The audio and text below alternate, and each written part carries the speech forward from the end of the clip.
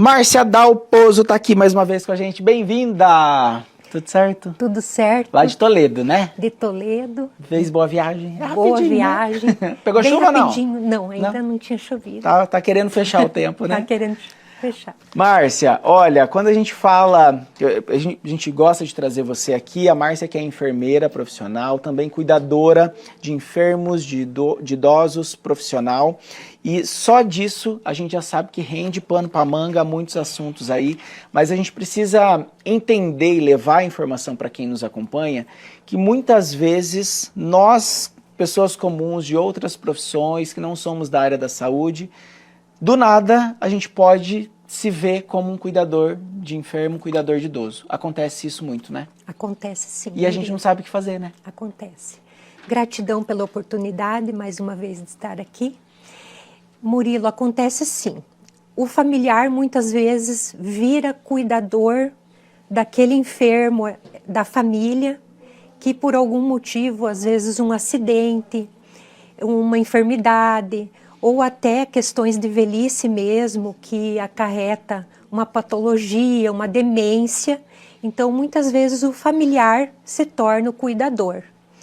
E isso traz, assim, um transtorno imenso, porque o familiar não é preparado e muitas vezes nem gosta do trabalho de estar ali nessa lida. Porque para fazer esse cuidado, tem que ter um dom especial. É difícil a pessoa colocar a mão em outra pessoa, é complicado, porque é assim, aquela privacidade, às vezes aquele ser caro para nós, que nosso pai, nossa mãe, então nós nos vemos muitas vezes obrigado, entre aspas, até por questões financeiras, também, né, restrições financeiras, de termos que cuidar, porém, é muito difícil. E a falta de conhecimento também. E por isso que eu quis trazer a Márcia aqui para a gente falar sobre isso. Da importância do cuidador e também de cada detalhe. São várias informações e várias capacidades, né?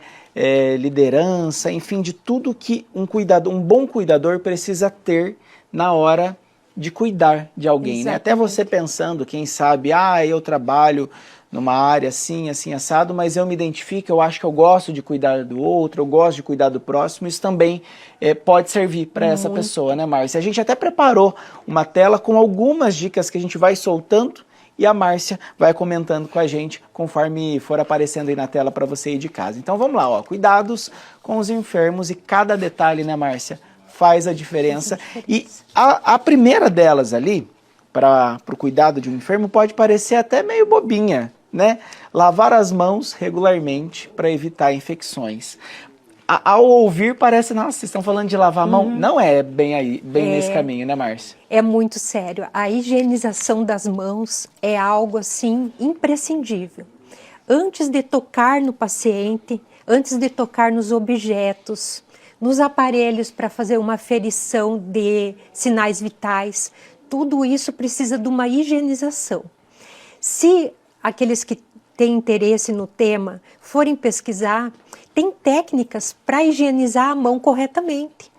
Então, desde tirar os adornos para fazer essa higienização correta, e ela deve ser feita antes de se colocar a mão no paciente, mesmo que esse paciente tenha saúde, mas para continuar tendo, porque às vezes ele está acamado, está ali precisando de cuidado, mas tem uma boa imunidade e uma boa saúde. Questões que aconteceram, um acidente, por exemplo, que ficou com sequelas. Então, a higienização das mãos é desde a hora que vai tocar no paciente, nos seus pertences, e depois também. Assim como aquilo que o cuidador fez uso, também deve ser higienizado na medida do possível com o álcool 70.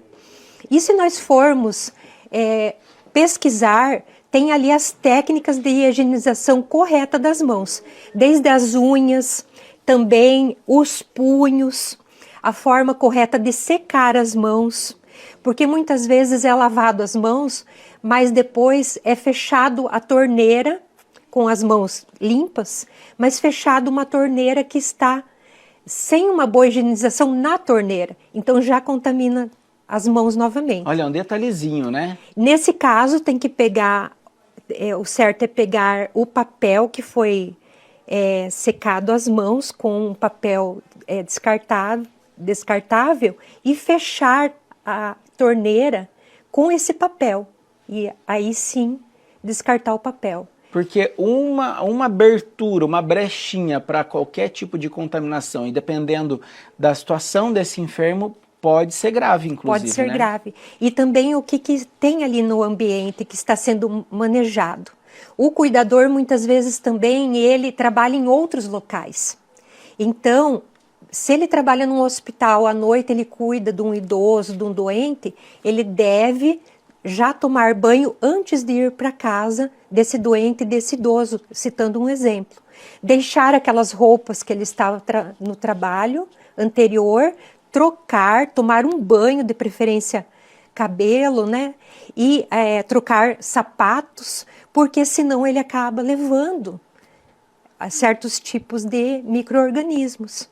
E isso de uma forma, se não tem consciência, realmente é o que vai acontecer. Nem percebe e está levando de lá para cá, né? Exatamente. Vamos lá para a segunda dica, então, com os enfermos, porque cada detalhe faz a diferença aí.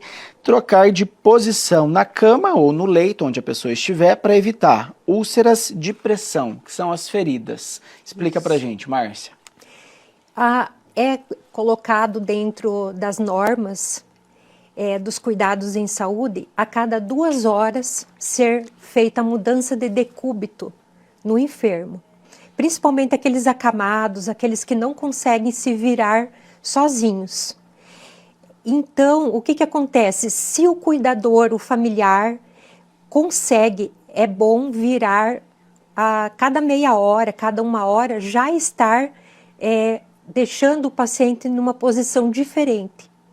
Também pode ser usados travesseiros, almofadas, toalhas enroladas, luvas. Na área da saúde é enchido de ar a luva e colocado entre os dedos, na palma da mão, como se tivesse uma mão ali segurando. Tudo para evitar as feridas, as escaras, porque o paciente com essa dificuldade, o que acontece?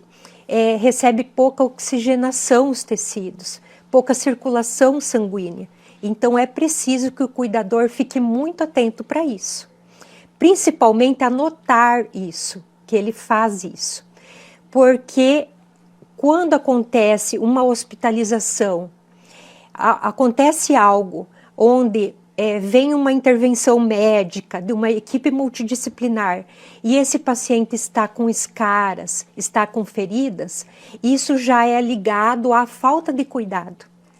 Então, existem fatores nutricionais, de hidratação, de histórico de doença do paciente, porém, é algo que o cuidador pode sim prevenir, porque já aparece quando, no início, manchas vermelhas, avermelhadas, principalmente onde tem os ossos e que ficam ali pressionadas na superfície. Então, isso que tem que ser aliviado, essa pressão, colocando esses suportes e mudando de lado. As costas, o cóccix. Então, o sacro, a região sacra é muito importante aliviar essa tensão ali na superfície da cama, do sofá. Aquele colchãozinho de casca de ovo que o pessoal fala, né? Também ajuda? Ajuda muito, é muito importante, ele areja os tecidos, justamente por aqueles buraquinhos que ficam no meio? Exatamente, e tem colchões especiais também, que enchem e esvaziam e vão fazendo uma massagem no paciente e proporcionando um bem-estar e ajuda muito na prevenção de escaras. E não só dessas feridas, mas das próprias dores também do corpo, porque às vezes a mobilidade é bem reduzida, né? Com certeza, com certeza. E muitos inconscientes não conseguem se expressar, então tudo isso o cuidador tem que estar atento para proporcionar para o paciente um bem-estar o melhor possível. Que legal, olha pra você ver, eu falei, cada tópico rende muita conversa. Vamos lá para a terceira dica importante para você aí que quer cuidar de cada detalhe com a pessoa que está aí enferma, ou também para os profissionais, né? Oferecer uma dieta adequada às necessidades e restrições do paciente. Porque também tem isso, né, Márcia? Parece que quando temos um enfermo em casa, e dependendo da condição, da situação, a gente já lembra, tem que bater no liquidificador, é uma papinha, é algo assim.